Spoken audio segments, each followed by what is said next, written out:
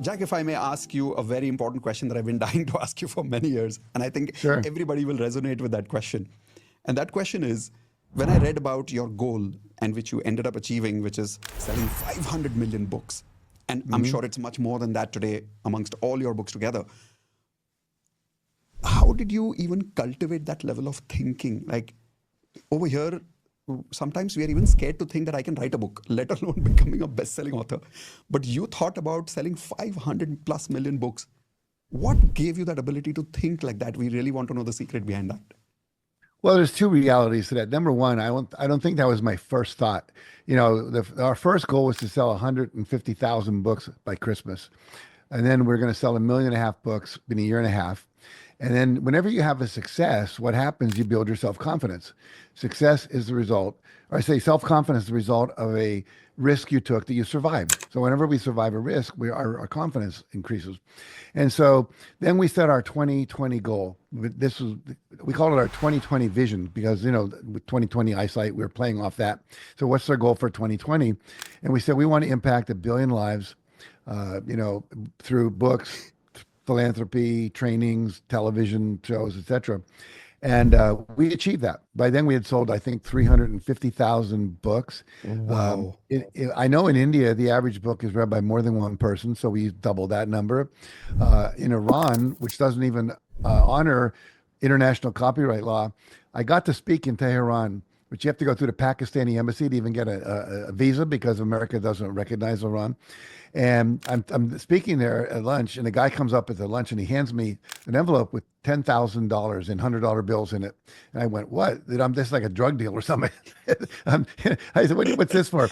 He said, "We don't honor international copyright law in Iran, but we've sold so many of your books that we printed. I wanted to give you something while you were here."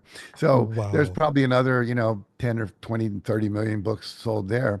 And then, been on Oprah Winfrey show, 40 million people saw that. So Wow. we've easily achieved that goal. And I think what happens is you have to think big.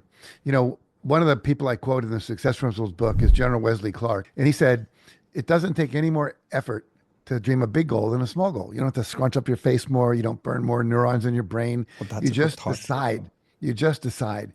And the universe, as you know, will give you back whatever you affirm and visualize and take action on. And if your Wow. beliefs get big enough, and I think, for most people, it's a step up. It's like, I don't think, I started my career teaching high school. So 35 kids in a class, 5 times a day, different kids. But now the largest group I ever spoke to is 10,000 dentists in America, Wow. 7,000 Herbalife distributors in India. And the last two, I was in India not too long ago, spoke to 3,000 people in one event, Yes. 2,700 people in the other event. Well, I would have been freaked out when I was a high school teacher to think I was going to speak to 3,000 people. But what happens is you just keep building that self-confidence. I'll tell you a very interesting story. So I always had the goal that I wanted my company to make $8 million in one year. That was a goal for a while. And we weren't doing Wow. it. We were making like 5 million, 6 million. And so I saw this chiropractor who teaches beliefs and works with limiting beliefs. And he held my arm out and he pushed down on it and he said, "Okay, I want you to say, I can make $3 million a year. I'm great with that. 5 million, great with that. 8 million, my arm went weak." He said, "That's not your team, it's you. You're the one that's not holding that." By the end of that, he had me working. I can make 20 million, 100 million. I get all the money in the world. No one else gets anything. I was still strong.